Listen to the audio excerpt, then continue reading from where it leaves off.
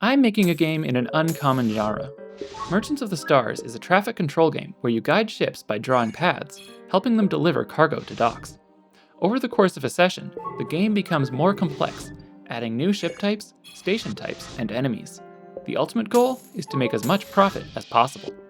I've come to realize that traffic control gameplay alone isn't enough, so I've been working on a huge new update that adds elements from more modern games, giving the game a more satisfying feeling of progression. There's a new version of the Merchants of the Stars demo available now on Steam, Android, and iOS. And in this video, I'd love to share the changes I've made. You can wishlist the game or try the demo using the links in the description below or by visiting taugames.ca/mots. At the end of the video, I'll share an update about how the game is doing on Steam. But first, let's look at the new changes. While the old game was fun, it was also a bit monotonous, so this update adds a new upgrade system. This system transforms the game into a kind of incremental roguelike, where the objective is to maximize your profit by buying and exploiting upgrades. First, there are the blue upgrade cards, which are the simpler permanent upgrades that mostly improve things incrementally. For example, cargo delivery fees, ship speed, and hull strength. But some of them also do more interesting things, such as unlocking additional ship types, like asteroid haulers and fighters. Two blue cards stand out as my favorites. The first is the Expand upgrade, which increases the size of your empire by actually zooming out to reveal more space. Over time, this reveals more features of each level, like this asteroid belt and planet. This makes the game gradually increase in scope over time, allowing for a complex endgame without overloading the player too early. I'm also fond of the station size upgrades, each of which upgrades the station's shape and gives it an extra dock. It was fun to create the different station designs, and I'm really happy with how the transition effect worked out. Adding a new dock feels like a big change, so it's satisfying when you get the chance to buy this upgrade. There are also the more powerful gold cards, or as the game refers to them, active cards. You can only have a limited number, and the inventory of these cards is shown at the right of the shop. Over time, you can buy upgrades that add more active card slots. While these active cards have a variety of effects, many of them multiply profit in some way. For example, Shipping Magnate gives you a small bit of additional profit multiplier for every cargo delivered, and Mineral Tycoon gives you extra profit multiplier for asteroid deliveries. Some are a little more meta, like Economy of Scale, that gives some multiplier for filled active card slots. These profit multiplier upgrades are the main driver of the incremental game, and the idea is that depending on which ones you get, you may choose to prioritize different actions in the game. But some active cards have more unusual effects. One of my favorites that I unfortunately had to cut was Flexible Logistics, which makes both types of cargo deliverable to the same docks. I made it so that owning this card made all cargo purple, which I thought was a dramatic effect. However, some testers pointed out that having this upgrade effectively nullified a big part of the game, which was routing ships to different docks.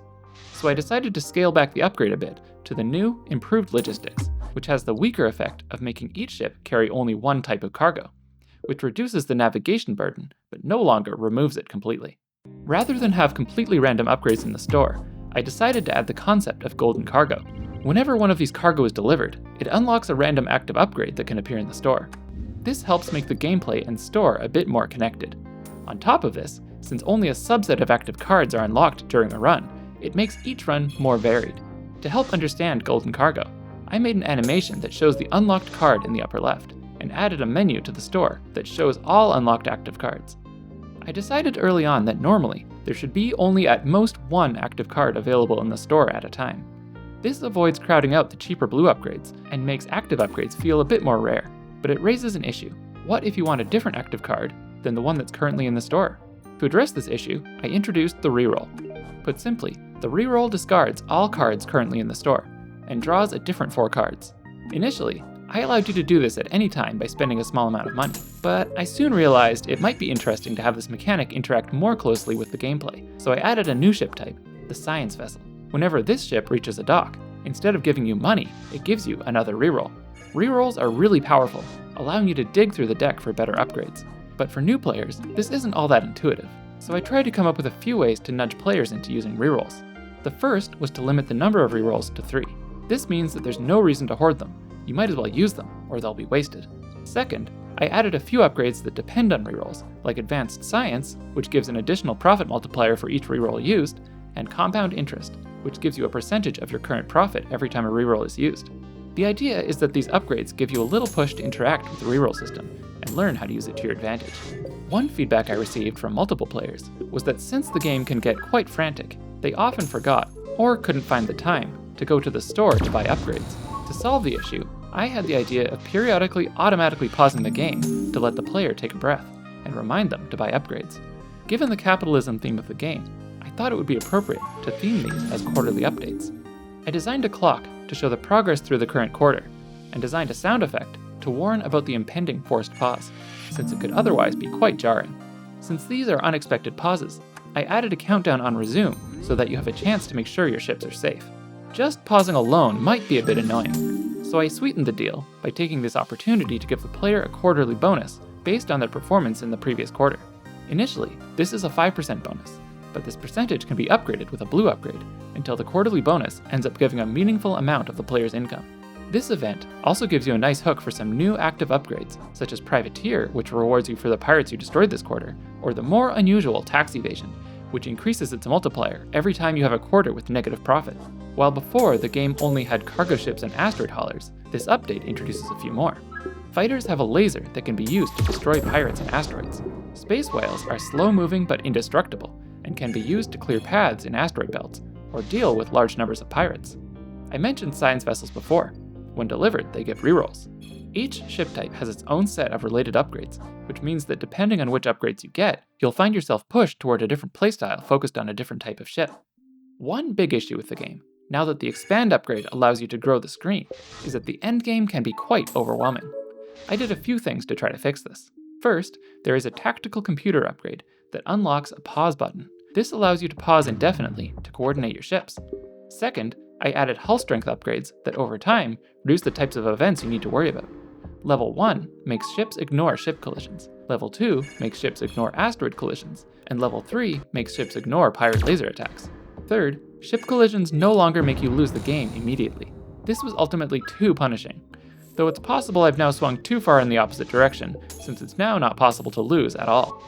Together, these changes mean that by the end game, the player has the ability to manage their empire, even with 10 or more ships on screen at once. I wanted to give a more defined and satisfying win condition to the game, so I decided to make the game end with a special green upgrade.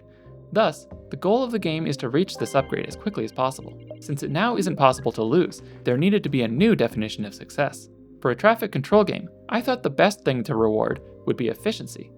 To encourage speed, the game gives you a rank based on how long it takes you to reach the end. For example, if you get the final upgrade within 15 minutes, you will get an S rank, but if you finish within 18 minutes, you get A rank, and so on. To be brutally honest, the game hasn't been doing as well as I'd hoped. It's still stubbornly stuck under 400 wishlists, and it's hard to see a path toward a successful launch at this point. My current plan is to pivot toward marketing only, using this channel, Reddit, and other platforms to put out short gameplay clips. I can't really justify much more development effort on this game without a lot more interest, though I do still plan to finish it by making a few more levels and adding the finishing touches needed for it to be a proper Steam game, things like achievements, leaderboards, and so on. Unfortunately, it seems like this game doesn't have a lot of inherent appeal. People don't seem to be seeing screenshots or videos of it and thinking, I need to play this. But I think there's a chance I'm wrong about this, and I'll only know if I put a few weeks of concerted effort into spreading the word, something I haven't done nearly enough of so far. If I can get a few thousand wish lists, then it makes more sense to put effort into exciting features like varied quarterly events or more ship types. There's also a chance the game could still do well on mobile, but on mobile even more than Steam, a concerted marketing effort is needed. Please like and subscribe, and I'll see you next time.